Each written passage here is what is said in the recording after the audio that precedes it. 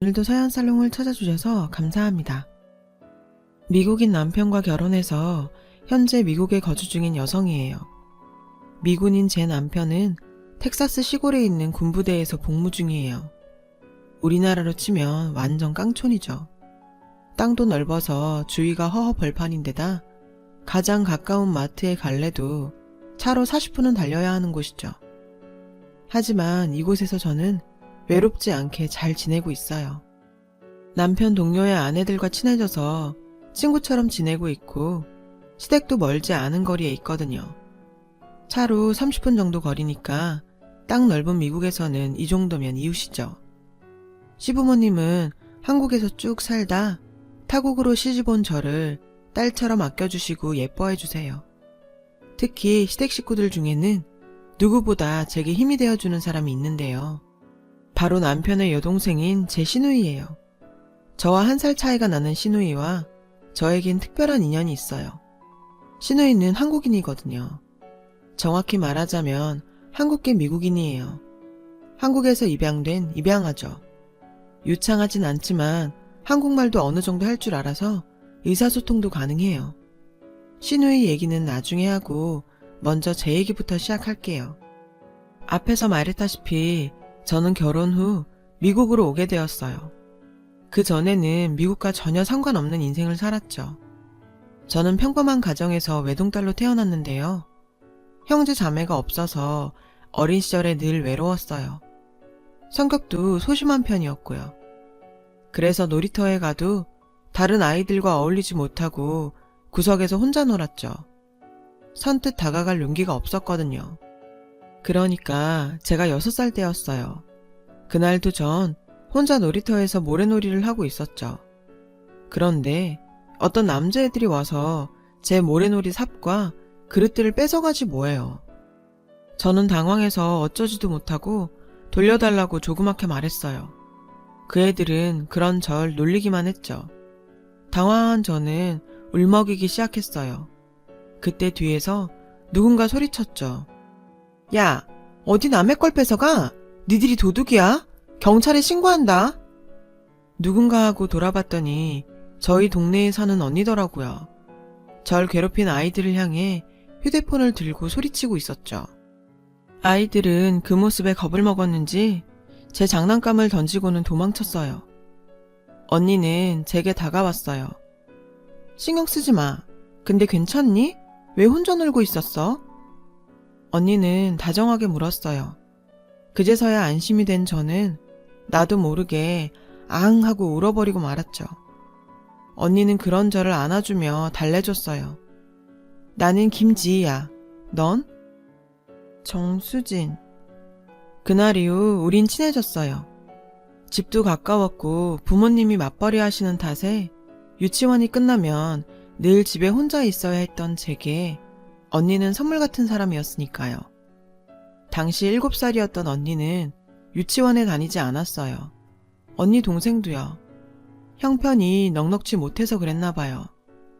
언니는 자기 집에 절 데려가선 가족들도 소개시켜주고 맛있는 것도 주었죠. 언니 남동생은 저보다 어렸는데 저를 잘 따르고 착했어요. 언니네 엄마와 아빠도 저를 무척 귀여워해 주셨고요. 저랑 1살 터울인 언니는 저의 유일한 친구였고 가장 든든한 백이었죠. 제 얘기를 들으신 부모님께서도 언니한테 정말 고마워하셨고 제 손에 들려 언니네 집에 선물을 보내거나 음식을 보내기도 하셨어요. 그러다 부모님들도 서로 친해지셨고요. 저희 부모님은 언니네 집 형편이 넉넉지 않다는 걸 알고 계셨어요. 그래서 제 옷과 신발을 살 때 언니랑 언니 남동생 것도 함께 사서 선물하시곤 했죠. 그러던 어느 날 언니는 제게 자기네 집에서 자고 가면 안 되냐고 물었어요. 언니네 부모님과 남동생이 시골 할머니 댁에 가서 혼자 있어야 한다고요. 저는 왜 언니는 안 가냐고 물었죠. 그랬더니 할머니가 언니를 싫어한다는 거예요. 언니가 가면 기집애를 왜 데려왔냐고 매번 구박을 하신다고요. 그래서 언니가 가기 싫다고 했고 언니 부모님도 허락을 해주셨대요. 저는 엄마한테 허락을 받고 언니네 집에서 하룻밤을 보낼 수 있었어요. 당시 초등학교 1학년이던 언니는 나이답지 않게 간단한 요리도 하고 설거지, 청소도 다 잘했어요. 어린 제가 봐도 놀라울 정도로요. 그렇게 잘 자고 다음날 아침에도 언니랑 재밌게 놀고 있는데 저희 엄마가 찾아왔더라고요. 그런데 엄마 얼굴이 하얗게 질려있지 뭐예요. 지희야, 얼른 나와. 아줌마랑 갈 데가 있어. 엄마는 언니랑 저를 데리고 나와 잡아놓은 택시에 태웠어요. 그리곤 기사님께 빨리 가달라고 부탁을 하시더라고요. 도착한 곳은 큰 대학병원이었어요. 엄마는 언니와 저를 병실로 데려갔어요. 그곳엔 환자 한 명이 병상에 누워 있었죠. 언니네 아빠였어요. 붕대를 감은 채 산소호흡기를 차고 있더라고요. 언니는 아저씨를 보자마자 울음을 터뜨렸죠. 저도 언니를 따라 울었고요. 엄마는 저랑 언니를 달래주셨어요. 1시간 정도 지나 저희 아빠도 병원으로 달려오셨어요. 안 됐어. 일단 우리가 장례식 절차를 밟아야 할 것 같은데. 전 아빠가 무슨 말을 하는지 몰랐어요. 그런데 알고 보니 언니네 부모님과 남동생이 타고 있던 고속버스를 음주운전 차량이 들이받아 사고가 났다지 뭐예요. 고속버스 승객들 중에는 중상자와 사망자가 많이 나왔는데 사망자 중에 언니네 엄마와 남동생이 있었던 거죠. 다행히 언니네 아빠는 운 좋게 목숨은 건지셨지만 다리를 많이 다쳤대요. 의사 선생님 말이 수술을 해도 앞으로 정상적인 활동은 불가능할 거라고 했대요. 저희 부모님은 꼼짝 못하시는 아저씨 대신 언니네 엄마와 남동생 장례식을 치러주셨어요. 그런데 조문객도 별로 없어서 적막하던 장례식장에 소동이 일어났어요. 언니네 할머니가 오셔선 언니네 엄마 영정사진에 사태질까지 하며 고래고래 소리를 지르셨거든요. 전현이 내 아들을 병신 만들고 귀한 손자까지 데려갔다고요. 그리고는 언니를 보시곤 왜 너만 살아남았냐고, 쓸모없는 년이 살아남았다고 달려드시는 걸 저희 아빠가 막으셨어요. 지금 생각해도 정말 말도 안 되는 소리였죠. 그렇게 하루아침에 가족을 잃은 언니와 아저씨는 혼이 나간 사람 같았어요. 아저씨는 보험으로 병원비는 해결이 되었지만 다리가 그렇게 되셔서 배달 일도 그만두셔야 했습니다. 생활은 가능했지만 아저씨는 한동안 술만 드셨어요. 언니는 그 와중에도 꿋꿋하게 학교를 다녔고요. 언니는 저희 엄마가 보살펴 주셨는데요. 가끔 아저씨가 술을 많이 드시면 언니가 저희 집에 전화를 했어요. 술 냄새가 너무 심해서 못 자겠다고요. 그럼 엄마가 언니를 집에 데려와 재웠죠. 전 언니가 밤에 몰래 우는 것도 본 적이 있어요. 그렇게 2년쯤 지난 어느 날이었어요. 집에서 숙제를 하고 있는데 언니가 찾아왔더라고요. 문을 열어보니 언니가 울고 있더라고요. 왜 그러냐고 물어보니 자기랑 같이 집에 좀 가자는 거예요. 놀라서 따라가 보니까 집안에 아저씨가 누워 계시더라고요. 아빠가 숨도 안 쉬고 아침에 학교 갈 때도 자고 있었는데 지금도 안 일어나. 언니는 엉엉 울기 시작했어요. 저는 어떻게 해야 할지 몰라 일단 엄마한테 전화를 했어요. 엄마는 당장 119에 신고하라고 했어요. 그리고 119 대원한테 엄마 전화번호를 적어주라고요. 엄마 말대로 일을 처리한 저는 언니를 데리고 집으로 돌아왔어요. 결국 그날 아저씨는 언니만 혼자 남긴 채 세상을 떠났어요. 사인은 우울증으로 인한 일이었습니다. 하나 남은 어린 딸을 두고 떠날 정도로 아저씨는 심각한 상태였던 거예요. 언니는 얼마나 울었는지 장례식 내내 물도 잘 못 넘길 정도로 탈진해 있었죠. 엄마는 언니가 안타까워서 당분간 우리 집에서 데리고 있자고 했어요. 이후 일은 차차 생각해 보자고요. 애 하나 낳는다고 생활이 어려워지는 것도 아니니 그러자고 아빠도 동의하셨고요. 그런데 복병이 생겼어요. 언니 친할머니가 언니를 데려가겠다지 뭐예요. 엄마는 한 번에 알아보셨죠. 언니를 위해 좋은 결정이 아니라는 걸요. 장례식 내내 언니한테 내 아들 잡아먹고 기어이 너 혼자 살아남았냐고 욕하시던 걸 다 보셨거든요. 할머니한테 가면 언니가 힘들어질 게 불보듯 뻔했죠. 하지만 저희 부모님은 힘이 없었어요. 친가족도 친척도 아닌 그저 이웃집 아줌마 아저씨일 뿐이었으니까요. 할머니 쪽에서 친권을 주장하고 키우겠다고 나섰으니 법적으로도 권한은 할머니 쪽에 있었어요. 언니는 결국 장례식이 끝나고 일주일 뒤 할머니 집으로 가게 됐어요. 떠나던 날 아침 언니는 여느 때처럼 우리 식구와 함께 밥을 먹었어요. 하지만 누구도 음식을 삼킬 수 없었죠. 급기야 언니와 저는 부둥켜 안고 울었어요. 가지 말라고, 같이 살자고요. 엄마는 10살밖에 안 된 애가 무슨 죄가 있다고 이렇게 고된 인생을 살아야 하느냐며 눈물을 훔치셨죠. 잠시 뒤 언니네 삼촌이 언니를 데리러 왔어요. 아빠는 언니네 삼촌을 보곤 걱정을 하셨죠. 인상을 보니 어린 언니한테 무슨 짓이라도 저지를 것 같다고요. 그렇게 언니는 삼촌 손에 이끌려 시골 할머니 댁으로 가고 말았어요. 다행히 엄마가 삼촌의 연락처를 받아 나온 덕에 그 후로도 언니와 전 가끔 통화를 할 수 있었어요. 수화기 너머로 들리는 언니 목소리는 늘 어둡고 우울했죠. 가끔은 울기도 했어요. 보고 싶다고요. 엄마 아빠도 그런 언니를 안타까워하셨지만 어쩔 도리가 없었죠. 그렇게 반년 정도 언니와 전 연락을 하며 지냈어요. 그러다 겨울방학이 되었고 엄마가 언니를 보러 가자고 하셨죠. 그래서 언니 집에 전화를 했는데 삼촌이 받더라고요. 엄마는 가능하다면 언니를 데리고 같이 놀러 가고 싶다고 했어요. 그랬더니 글쎄, 걔 여기 없어요. 이러지 뭐예요. 엄마는 깜짝 놀라서 그게 무슨 소리냐고 되물었죠. 아, 저도 몰라요. 어머니가 어디로 보낸 것 같은데 기집애라고 구박하는 건 알았지만 저한테도 말 안 하고 어디로 보내버릴 줄 알았겠어요? 저는 잘못 없어요. 그 삼촌은 자기한테 화살이 돌아올까봐 무서웠던 건지 변명만 해댔고 엄마는 당장 그곳 주소를 말하라고 윽박질렀어요. 결국 우리 식구는 언니네 할머니 집으로 내려갔죠. 언니 할머니란 사람은 정말 인간이 맞나 싶을 정도로 뻔뻔했어요. 우리 부모님이 언니를 어디로 보냈냐고 따지니 버럭 화를 내지 뭐예요. 내가 내 손녀 알아서 한 걸 남한테 꼬치꼬치 다 보고해야 되는 거요? 우리 집 꼴을 좀 봐요.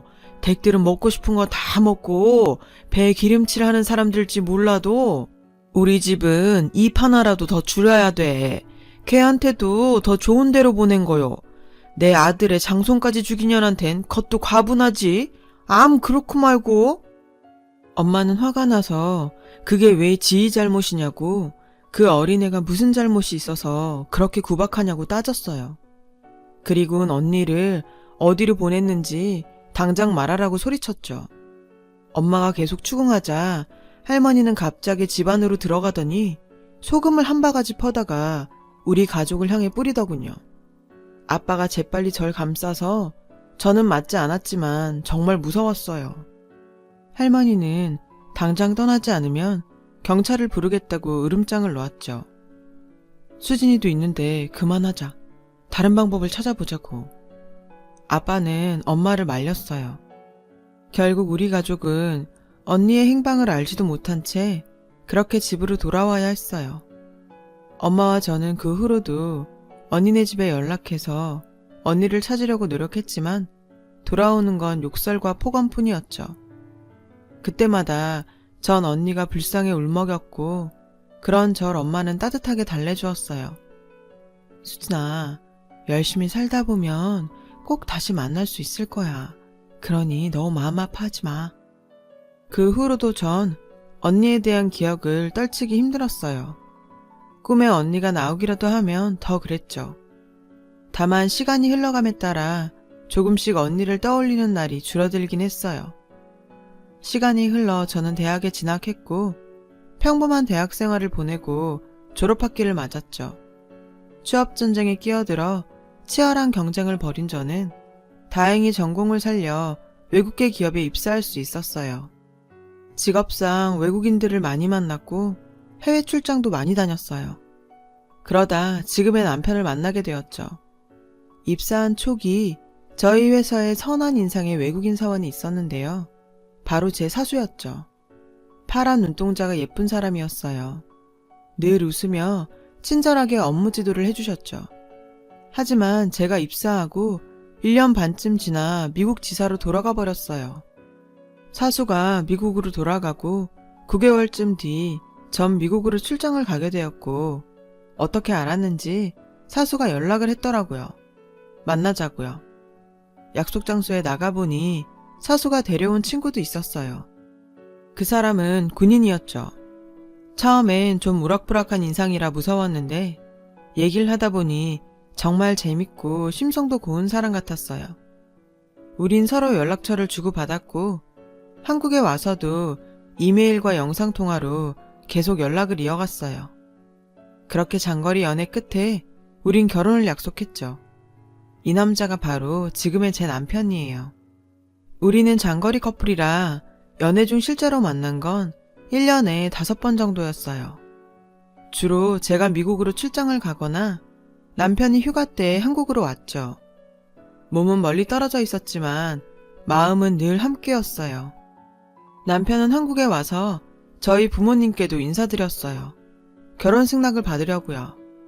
저희 부모님은 외국인 사익감을 편견 없이 봐주셨고 흔쾌히 허락해 주셨죠. 아낌없는 축복과 함께요. 그렇게 장거리 연애를 이어가는 중 전 승진을 했고 남편도 군대에서 진급을 하는 등 우린 각자의 자리에서 성과를 내게 되었어요. 경제력도 갖춰지자 남편은 제게 청혼을 했어요. 저는 기쁜 마음으로 승낙을 했어요.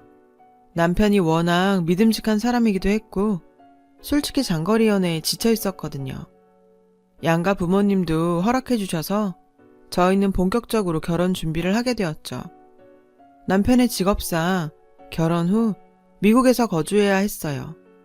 다행히 회사에서 미국 지사에 자리를 마련해 주어서 전 일을 그만두지 않고 계속할 수 있었죠. 결혼 전에 남편의 가족들을 만나기로 했어요. 남편이야 한국 올 때마다 저희 집에서 밥도 먹고 부모님께 인사도 드렸지만 전 일정이 맞지 않아 아직 인사를 못 드린 상태였거든요. 때마침 미국 출장에 잡혀서 시부모님께 인사를 드리러 가게 되었어요. 차를 타고 남편과 함께 본가로 가는 동안 남편은 자기 여동생에 대한 얘기를 했죠. 솔직히 전 시부모님을 만나면 뭐라고 해야 할지 입속으로 연습을 하느라 남편의 말을 귓등으로도 안 들었어요. 남편은 몰랐겠지만 말이에요. 그러는 사이 본가에 도착했죠. 예쁜 2층 집이었어요. 현관문을 여니 시부모님께서 나와 저를 맞아주셨어요. 미국 홈 드라마에 나올 법한 인자하고 푸근한 인상이었습니다. 어머님은 저를 꼭 안아주시며 잘 왔다고 환영해 주셨어요. 그때 젊은 동양인 여자가 눈에 띄었어요. 남편은 자기 여동생이라며 소개했죠. 깜짝 놀랐어요. 백인 남편한테 동양인 여동생이 있을 거라고 누가 상상이나 했겠어요? 저는 그제야 여동생이 입양된 동생이란 걸 알았어요. 차에서 흘려들었던 남편의 말이 이런 얘기였던 거죠. 전 놀라지 않은 척 웃으며 인사를 했어요. 미국식으로 제 이름을 밝히면서요. 그런데 제 이름을 들은 남편의 여동생이 저를 보고 눈물을 흘리지 뭐예요. 저와 남편, 그리고 시부모님도 모두 당황했어요. 남편은 왜 그러냐고 동생에게 물었죠. 그러자 여동생은 제게 다가와 말했어요. 영어가 아닌 한국말로요. 수진아, 나야. 나 언니야. 어릴 때 같이 놀았어. 지희 언니. 어설픈 한국어였지만 저는 그녀의 말을 알아들을 수 있었어요. 오랜 시간 제 마음속에 간직했던 한 사람, 지희 언니였으니까요. 언니? 정말 언니야? 언니는 어릴 적 얼굴이 많이 남아있진 않더라고요. 어릴 때도 예뻤지만 더 예뻐진 언니였습니다. 어느새 두 눈에 눈물이 차오른 전 언니를 향해 울먹이며 말했어요. 언니는 달려와 저를 왈칵 끌어안았어요. 저도 언니를 끌어안고 엉엉 울었죠. 남편과 시부모님은 이게 무슨 상황인가 어리벙벙하게 서 있다가 언니를 통해 제 얘기를 들으시고는 놀라서 입을 다물지 못하셨어요. 어머님은 세상에 무슨 이런 기적 같은 일이 있느냐고 눈물을 훔치셨죠. 언니는 저와 헤어진 이후의 이야기를 들려주었어요. 당시 언니네 할머니는 언니를 지인집에 식모로 보냈더라고요. 언니 월급은 할머니 계좌로 꼬박꼬박 들어갔고요. 언니는 노예처럼 구박을 받으며 일을 해야 했죠. 고작 10살짜리가요. 견디다 못해 3달 만에 새벽에 몰래 집을 탈출했대요. 지쳐 쓰러질 때까지 걷고 또 걷다가 저 멀리 교회 십자가를 보고 무작정 교회로 들어갔대요. 그리곤 다짜고짜 목사님을 붙잡고 도와달라고 말하곤 그대로 혼절했어요. 목사님은 언니를 교회 부속 보육원으로 데리고 가셨대요. 그곳에서 언니는 할머니한테 보내질 게 두려워 자기 이름도 말하지 않고 부모님이 돌아가셨다는 말만 했다더군요. 목사님은 언니 나이가 있어서 입양은 힘들 거고 보육원에서 양육하는 걸로 하자고 했다나 봐요. 그런데 목사님의 예상을 깨고 언니를 입양하겠다는 부부가 나타난 거예요. 바로 저희 시부모님이었죠. 언니는 그렇게 입양되었고 10살 겨울 미국으로 오게 되었어요. 미국에서 양부모님의 사랑을 듬뿍 받고 자란 언니는 대학을 졸업한 뒤 현재 디자이너로 일하고 있대요. 언니는 저를 단 한순간도 잊어본 적이 없다고 하더군요. 미국에서 영어를 공부하면서 한국말이 흐릿해졌지만 제 이름만큼은 절대로 잊지 않으려고 매일매일 노트에 적어가며 기억을 했다고 했어요. 언젠가 꼭 만날 거라 믿으면서요. 그런데 이렇게 한 가족이 되다니 정말 믿기지가 않는다며 너무 행복하다면서 어쩔 줄 몰라 하더군요. 전 이 소식을 한국에 계신 부모님께 전해드렸어요. 부모님도 놀라서 입을 다물지 못하셨죠. 부모님은 결혼식 일주일 전에야 미국에 오셔서 상견례 자리를 가지셨는데 그때 언니를 보고는 정말 많이 우셨어요. 그건 언니도 마찬가지였죠. 언니 말로는 한국에서 저희 친부모님이 돌아가시고 저희 부모님을 자기 엄마 아빠라고 생각했었대요. 할머니만 아니었다면 그때 한 가족이 될 수도 있었으니 틀린 말은 아니죠. 그렇게 감동적인 재회 후 저와 남편은 결혼식을 올렸고 저와 언니는 진짜 가족이 되었어요. 남편이 질투할 정도로 언니와 저는 늘 붙어 다녔어요. 시댁에도 자주 놀러가서 언니랑 밤새 수다를 떨곤 하는데요. 10년 넘게 쌓아온 밀린 이야기들을 풀어내기엔 밤이 너무 짧아서 늘 아쉬워하고 있죠. 어린 시절 시작된 작은 인연이 10수년이 지난 지금 한 가족으로 완성될 줄 누가 알았겠어요. 저희 부모님도 먼 타지 생활을 걱정하셨는데 어릴 때처럼 지희가 있어 외롭지 않겠다시며 마음을 좀 놓으시고요. 멀고 긴 길을 돌아 다시 만난 만큼 앞으로도 끈끈한 우정 이어가려고 합니다. 제 긴 사연을 들어주셔서 감사드려요. 인연이 소중한 하루 되시길 바래요. 여러분, 사연 댓글에 응원과 현명한 조언 부탁드려요. 좋아요와 구독은 저에게 큰 힘이 됩니다. 오늘도 좋은 일 가득하세요.